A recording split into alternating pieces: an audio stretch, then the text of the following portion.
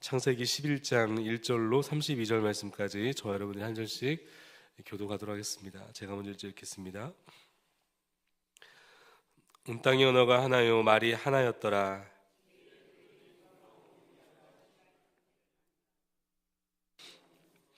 서로 말하되 자 벽돌을 만들어 견고히 굽자 하고 이에 벽돌로 돌을 대신하며 역청으로 진흙을 대신하고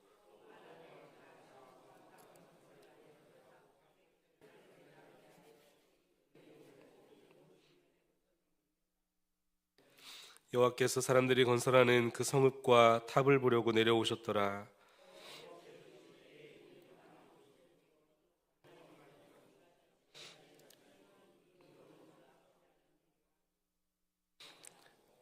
자, 우리가 내려가서 거기서 그들의 언어를 혼잡하게 하여 그들이 서로 알아듣지 못하게 하자 하시고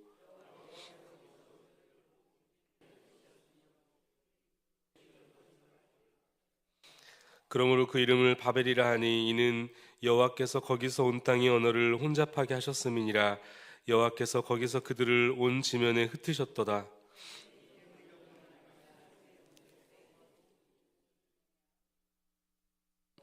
아르박삭을 낳은 후에 500년을 지내며 자녀를 낳았으며 셀라를 낳은 후에 430년을 지내며 자녀를 낳았으며 에벨을 낳은 후에 430년을 지내며 자녀를 낳았으며 벨렉을 낳은 후에 430년을 지내며 자녀를 낳았으며 르우를 낳은 후에 209년을 지내며 자녀를 낳았으며 수룩을 낳은 후에 270년을 지내며 자녀를 낳았으며 나홀을 낳은 후에 200년을 지내며 자녀를 낳았으며 데라를 낳은 후에 119년을 지내며 자녀를 낳았으며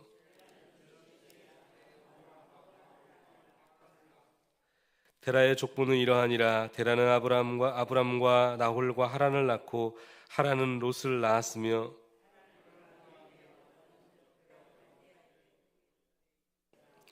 아브람과 나홀이 장가 들었으니 아브람의 아내의 이름은 사레며 나홀의 아내의 이름은 밀가니 하란의 딸이요 하란은 밀가의 아버지이며 또 이스가의 아버지더라. 데라가 그 아들 아브람과 하란의 아들인 그의 손자 롯과 그의 어머니 아브람의 아내 사레를 데리고 갈대아인의 우르를 떠나 가나안 땅으로 가고자 하더니 하란에 이르러 거기에 거류하였으며 나이가 250세가 되어 하란에서 죽었더라. 아멘. 불완전한 인간을 부르시는 완전하신 하나님이란 제목 가지고 잠시 하나님 말씀 나눕니다. 보통 우리가 이 아브라함의 이야기를 창세기 12장부터 시작한다라고 알고 계십니다. 그런데 사실은 이 아브라함의 이야기는 오늘 우리가 읽은 이 본문 특별히 11장 27절 이하부터 시작이라고 볼 수가 있습니다. 27장에 보니까 데라의 족보는 이러하니라. 데라는 아브람과 나홀과 하란을 낳고 하란은 롯을 낳았으며, 지금 이 데라의 족보는 아브라함이 포함되어 있는 족보죠. 아브라함의 아버지와 형제들에 관한 기록입니다. 특별히 이 데라의 족보는 이 창세기에 등장하는 11개의 족보 중에 6번째에 해당이 되는 족보입니다. 이 아브라함의 이야기를 중심으로 그 앞쪽에 5개의 족보가 있고 그리고 그 뒤쪽으로 5개의 족보가 등장을 합니다. 그 정중앙에 뭐가 있는 겁니까? 바로 이 데라의 족보가 있는 겁니다. 그래서 어떤 학자들은 이 족보를 가지고 또 이렇게 창세기를 또 연구하고 또 이야기하기도 합니다. 그런데 이 위치의 배열은 그저 우연이 아니라 하나님의 굉장히 의도가 담겨져 있죠. 창세기의 기록 중에 이 아브라함의 이야기가 가장 중심이자 굉장히 중요한 위치에 있음을 암시하고 있습니다. 이 데라의 족보 앞쪽으로 우리가 지금까지 쭉 묵상해 왔지만 어떤 일들이 있었습니까? 인간의 바로 창조와 타락과 그리고 홍수 사건과 바로 이 이 바벨에 관한 내용으로 구성되어 있죠. 그리고는 이 족보 뒤쪽으로 그 유명한 창세기 12장부터 50장까지 이 네 명의 인물들을 중심으로 성경이 기록을 하고 있습니다. 아브라함과 이삭과 야곱과 요셉의 인생을 다루게 되죠.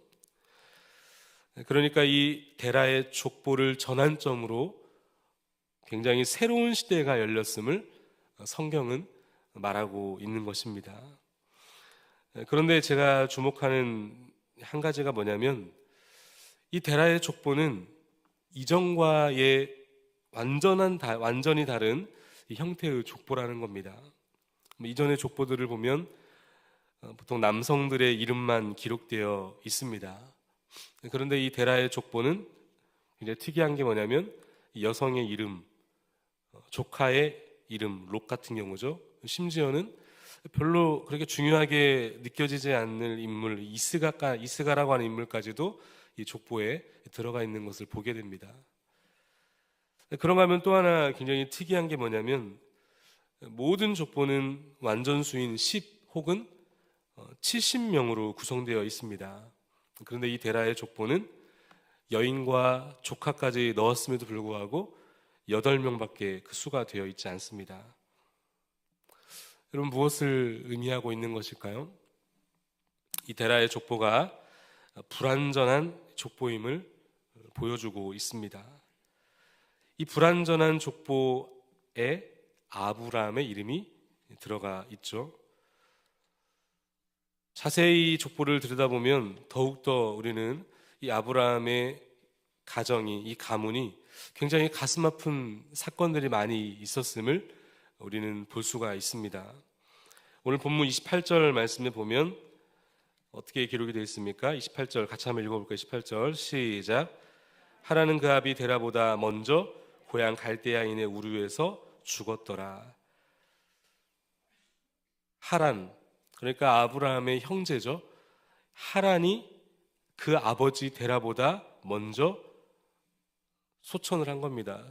죽었다는 거죠. 아버지보다 먼저 죽은 자식이 있었던 슬픈 가정의 모습입니다. 여러분, 이것이 얼마나 가슴 아픈 일입니까? 아버지로서 또 형제들로서는 이보다 더 슬픈 어떤 일이 없었을 거예요. 함께 동거동락하며 살아왔던 그 가족, 특별히 그 가족 중에서도 아버지보다 먼저 이 세상을 떠난 자녀의 이 가정은 참 슬프고 힘들었을 겁니다. 그리고서 이어서 등장하는 기록이 또 이것입니다. 창세기 오늘 본문 11장 30절에 보면 어떤 기록이 있습니까? 같이 한번 읽어보겠습니다. 30절 시작. 사레는 임신하지 못함으로 자식이 없었더라. 결핍의 가정의 모습이죠. 이게 앞선 11장 10절 이하의 이 셈의 족보와 비교해 보면 더욱이 가슴이 아픕니다. 여러분, 셈의 족보를 보면 거기에는 계속 뭐라고 기록합니까? 낳았고 낳았다. 이렇게 낳았고 이어지고 있는데, 그런데 이 데라의 가문에는 이 족보가 시작되는데 아버지보다 먼저 죽은 자식의 기록, 또 아기를 가질 수 없는 한 여인의 아픔이, 이 결핍의 이야기가 오늘 이 데라의 족보에 들어와 있죠. 여러분, 가장 비참한 이야기는 그 다음입니다. 오늘 본문 31절과 32절 말씀인데 제가 읽겠습니다.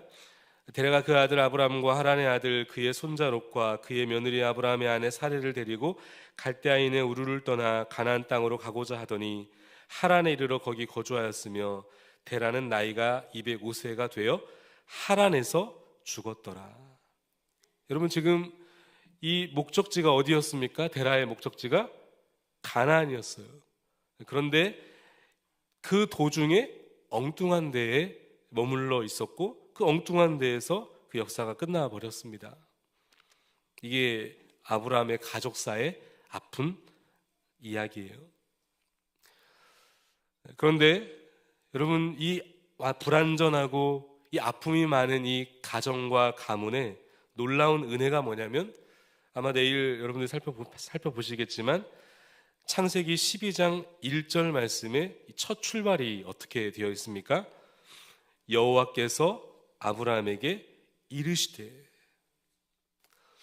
이 불완전한 이 가정과 가문에 혼란과 무질서의 이 아픔과 슬픔의 가정 안에 바로 완전하신 하나님이 특별히 말씀으로 찾아오고 계셨다는 겁니다.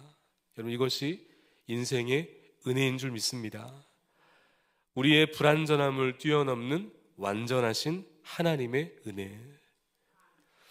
여러분, 우리의 인생도 이 아브라함과 같은 아픔이 있을 수 있습니다. 우리의 가정 안에 이런 어려움이 생길 수 있습니다. 이런 인생의 혼란과 공허함 속에서 여러분, 우리의 영의 눈을 열어, 영의 귀를 열어, 그럼에도 불구하고 우리의 불완전한 인생에 찾아오시는 완전하신 하나님의 말씀, 여호와께서 여러분들에게 말씀하시는 말씀에 귀를 기울일 수 있기를 주님의 이름으로 축복합니다.